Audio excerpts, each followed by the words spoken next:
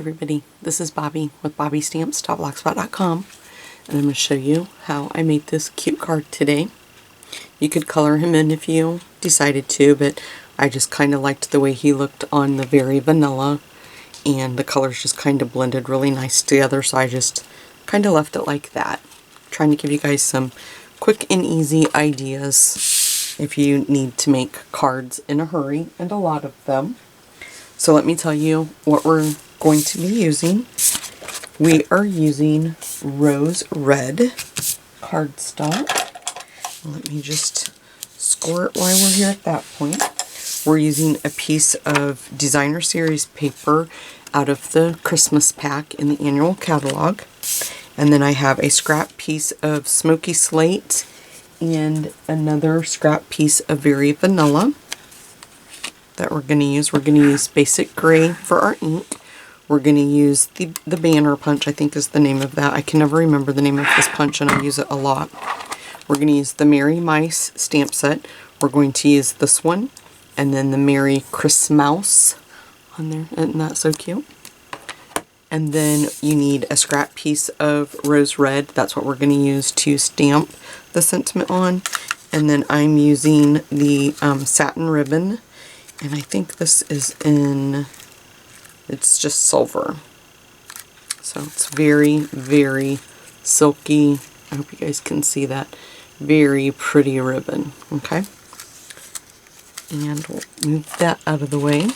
Then we're going to use the largest oval with the scalloped in our layering ovals pack. So I'm just going to lay that there. And let me just say, oh my gosh, if you have not ordered the stitched shaped framelits, what are you waiting for? I don't know if you guys noticed it, but when I just look at that, it is beautiful. I mean, it just totally changes the dynamic of your cards. So I just got mine. That's actually the first card. This is the first card that I've made using them, but you get circles, ovals, and then squares. And we're going to use the largest oval. Came right there. But I can see me using this a lot in my future.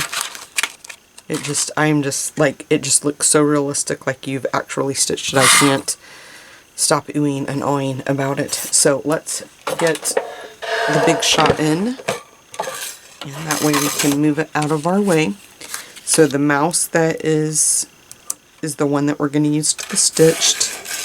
And then the scalloped ovals is that one, Smoky Slate, and we'll just crank that through there.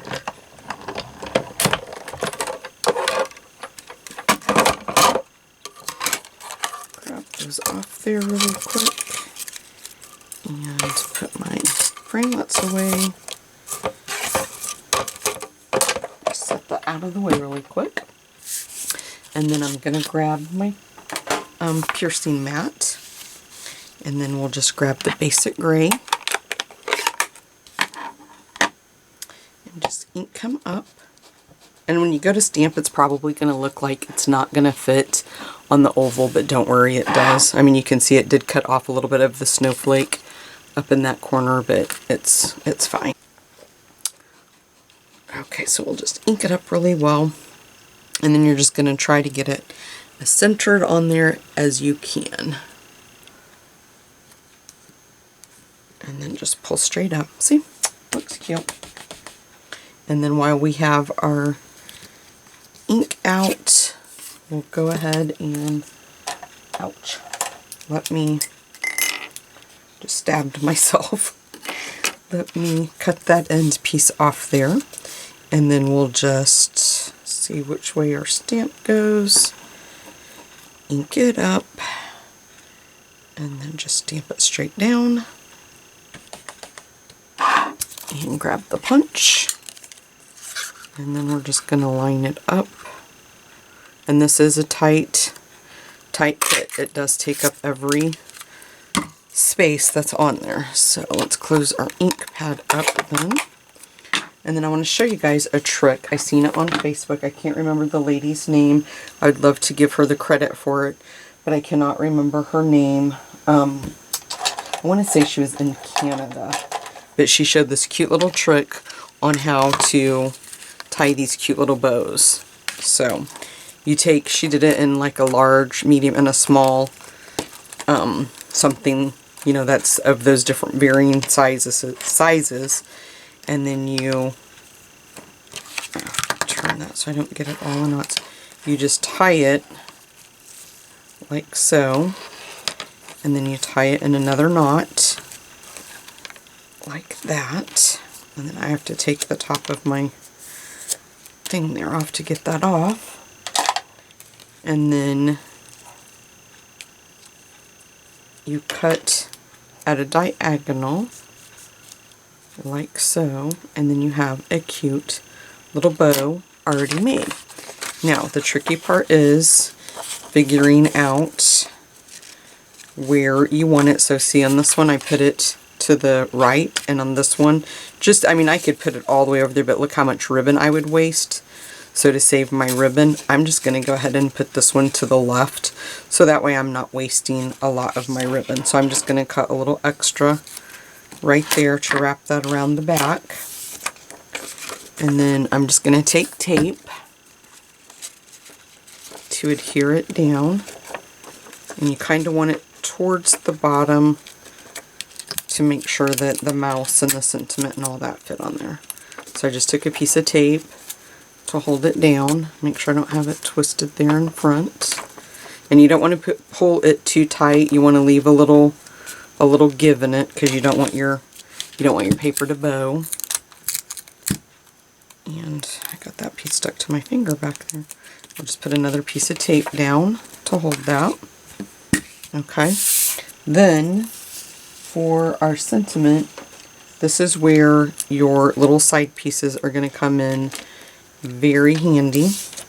I used 3 to make sure I was going to get it to grip on everything and where I wanted it, because we're going to put it on the oval.